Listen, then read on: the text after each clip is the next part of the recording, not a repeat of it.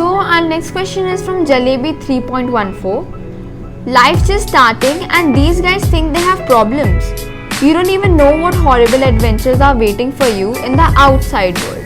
So could you please stop acting like a victim?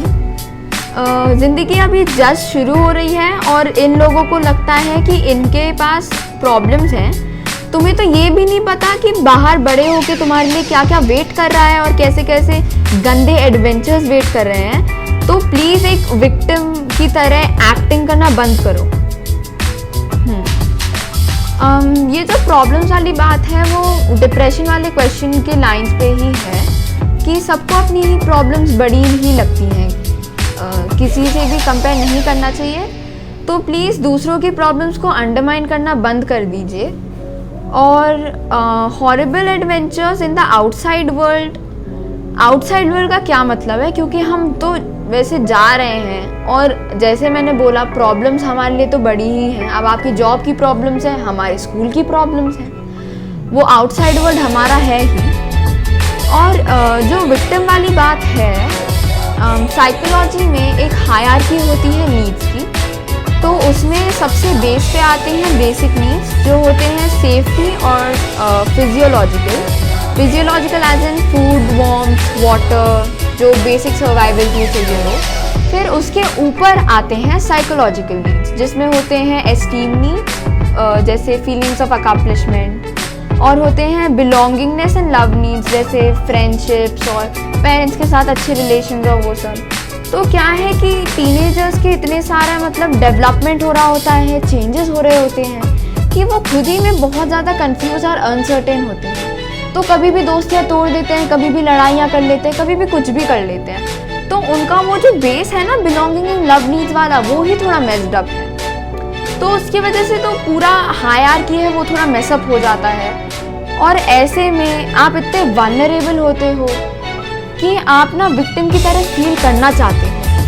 हाँ, जाकिर भाई की ऐसी एक सेइंग है कि हम सब अपनी कहानी के हीरो हैं.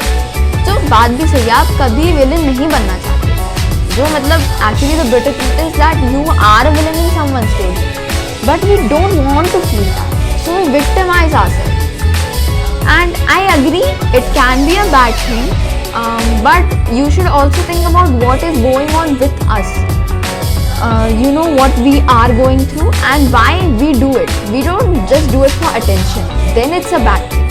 If we are doing it for attention, then of course yes, you should totally speak up about this. It is very valid, and I myself, a teenager, is in your situation. But we usually victimize ourselves because we are very vulnerable and we want to not only feel good but feel like as if we are not the evil one in our own stories. वैसे तो मैं agree करती हूँ इस बात से कि सब विक्टिम की तरह प्लीज़ एक्ट करना बंद कर दीजिए. लेकिन ये बात है थोड़ा लीवे दे दो कि हम टीनेजर्स हैं और हम मतलब टीनेजर्स ही नहीं, एक्चुअली बहुत सारे अडल्ट और almost every stage of life में जब भी आपको ब्रूटल ट्रूथ्स फेस करने होते हैं, of course you don't face them. You don't want to believe that you yourself are bad, you yourself have done a bad thing. So that's why most people take the victim route, so that they don't have to accept the fact that they might have done something bad. So our next question is from Faltu Insan. My teenage child won't talk to me like she used to. She seems disinterested all the time. What should I do? मेरी बच्ची पहले की तरह मुझसे बात नहीं करती और वो हमेशा बहुत ज़्यादा बेमन सी रहती है. मैं क्या करूँ? तो पहले तो आप प्लीज़ सोचिए कि आपने खुद क्या कुछ गलत किया है और ये कितने टाइम से हो रहा है. क्योंकि अगर ये थोड़ा रिसेंटली स्टार्ट हुआ है तो शायद ये आपके कोई एक्शंस या आपने कुछ बोल दिया उसकी वजह से हो सकता है, या फिर उसके सोशल सर्कल जैसे मैंने बोला बहुत ज़्यादा इंपॉर्टेंट होता है टीनेज की लाइफ में, शायद उसमें कुछ हुआ हो जो उसके माइंड को ऑक्यूपाई कर रहा हो जिसकी वजह से वो इतना ध्यान नहीं दे रही हो, डिसइंटरेस्टेड हो. शायद वो कुछ ऐसी चीज़ों से गुजर रही है जो उसको लगता है आप अंडरस्टैंड नहीं करेंगे, इसलिए वो आपसे बात नहीं कर रही है. लेकिन ज़्यादातर यही रीज़न्स हो सकते हैं. और इससे पहले आप अपने बच्चे के लिए सिर्फ एक पेरेंटल फिगर थे, लेकिन इस स्टेज ऑफ लाइफ में आपको एक फ्रेंड फिगर भी होना पड़ेगा, तभी आपका बच्चा आपसे बात कर पाएगा, क्योंकि लेट्स बी ऑनेस्ट, अपने पेरेंट्स से कोई ज़्यादा बात नहीं करता है अपनी फीलिंग्स और उस सब के बारे में, ज़्यादातर फ्रेंड से ही बात करते हैं। तो अगर आप एक्चुअली चाहते हैं कि वो आपसे बात करे तो आपको थोड़ा फ्रेंड फिगर जैसा होना पड़ेगा। Our next question is from Jigyasu. Teenagers always say that they can make their own decisions. Are they really that mature to handle responsibilities? Teenagers हमेशा बोलते हैं कि वो खुद की डिसीजंस ले सकते हैं। क्या वो सही में इतने ज़्यादा मैच्योर हैं कि वो खुद रिस्पॉन्सिबिलिटीज़ ले सके और वो हैंडल कर सके? तो ये बोलना चाहूँगी कि मुझे तो रिस्पॉन्सिबिलिटीज़ बिल्कुल भी अच्छी नहीं लगती, तो मैं तो लेती नहीं हूँ, मैं दूसरों पे डाल देती हूँ। और कोई डिसीजन लेने से भी पहले मुझे रिग्रेट्स नहीं चाहिए, तो मैं 1000 बार कंसल्ट करती हूँ हर किसी को और फिर जाके अपना डिसीजन लेती हूँ। और रिस्पॉन्सिबिलिटीज़ इस स्टेज पे मुझे नहीं चाहिए, क्योंकि आगे बड़े होकर लाइफ का सिनोनिम ही बन जाता है रिस्पॉन्सिबिलिटी। तो अभी तो मैं इतना दूर भागती हूँ हर चीज़ से, मैं हर चीज़ अपने जान पहचान वालों के ऊपर डाल देती हूँ कि भाई तुम बताओ मेरे को क्या करना चाहिए, क्या तुम्हें ये सही लगता है। ऐसे ही करती हूँ मैं तो, क्योंकि पहले मुझे भी लगता था मैं बहुत स्ट्रांग हूँ, मैं अपने खुद के डिसीजंस कर सकती हूँ, ये सब वो सब, लेकिन अच्छा है मैंने जल्दी रियलाइज़ कर लिया कि ये सच नहीं है। Before I made a really bad decision, so yeah. और ऐसा है कि अगर टीनेजर्स डिसीजंस ले रहे हैं या रिस्पॉन्सिबिलिटीज़ हैंडल कर रहे हैं और वो डिसीजंस गलत हैं या फिर वो रिस्पॉन्सिबिलिटीज़ नहीं हैंडल कर पा रहे, तो ये एक तरीके से अच्छी बात है, क्योंकि इस स्टेज पे वो बस सीख ही रहे हैं।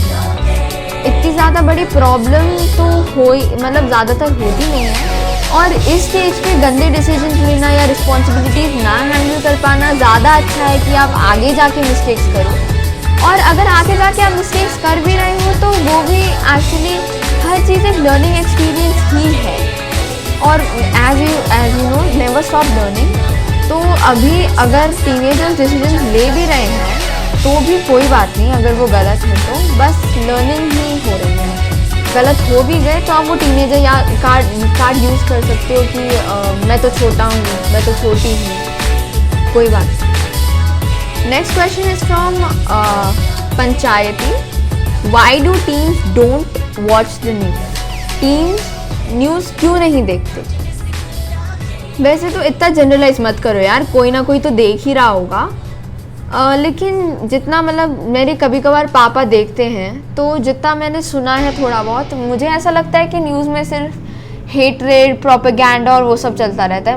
मैंने positive news not even as a joke सालों में नहीं सुनी होगी, सिर्फ नेगेटिविटी ही है। And I think teenagers are already very much confused with what is happening in their own little world, in their own little circle. I don't think they need to worry about the bigger picture, which is politics and all. Other than that, जो propaganda और वो सब, जैसे मैं बोल रही बहुत hated और प्रोपेगेंडा है, उसका मतलब तो मुझे भी नहीं पता। I'm just using big words to sound smart. हमारे पास तो कोई राइट है नहीं, तो हम क्या ही इन्फ्लुएंस कर देंगे। और ये भी है कि मुझे ऑनेस्टली मुझे न्यूज़ से ज़्यादा ड्रामा अच्छा लगता है जो सोशल मीडिया पे टेक प्लेस होता है। Oh bro, that drama is so spicy, क्योंकि हर नए दिन नए स्क्रीनशॉट्स निकलते हैं। Screenshots, oh my God, screenshots, voice messages, call recordings, पता नहीं क्या क्या। कोर्ट हियरिंग्स होती हैं प्रॉपर, वो देखने में मज़ा आता है। वो स्पाइसी ड्रामा, एकदम मिर्च मसाले वाला। Everyone's lying, no one knows the truth, but everyone is enjoying। और वैसे क्या है न्यूज़ के बारे में ना, रीजनल न्यूज़ है तो वो तो पता भी होना चाहिए, क्योंकि स्कूल भी ना ऐसा है कि मुझे प्रेसिडेंट, ओ माय गॉड, कल किसका इलेक्शन हुआ था, हाँ, who left the office yesterday. अरे भाई, क्या हम यही करते हैं? एक तो तुम होमवर्क देते हो and then you expect us to watch the news. Do you think we have time? और इतने छोटे से दिमाग में मैं ये सब इन्फॉर्मेशन भी फिट करूँ? मेरे को ये नहीं याद मेरा फेवरेट शो कौन सा है। Okay, so that was the last question. और मैं एंड में यही कहना चाहूँगी कि जो भी मैंने इसमें बोला है, मैं जनरलाइज तो बिल्कुल नहीं करना चाहती, क्योंकि मैंने उसके बारे में भी बोला कि ऑलरेडी हम लोग इतना जनरलाइज्ड हैं। We don't need another teenage, teenage themselves to generalize ourselves।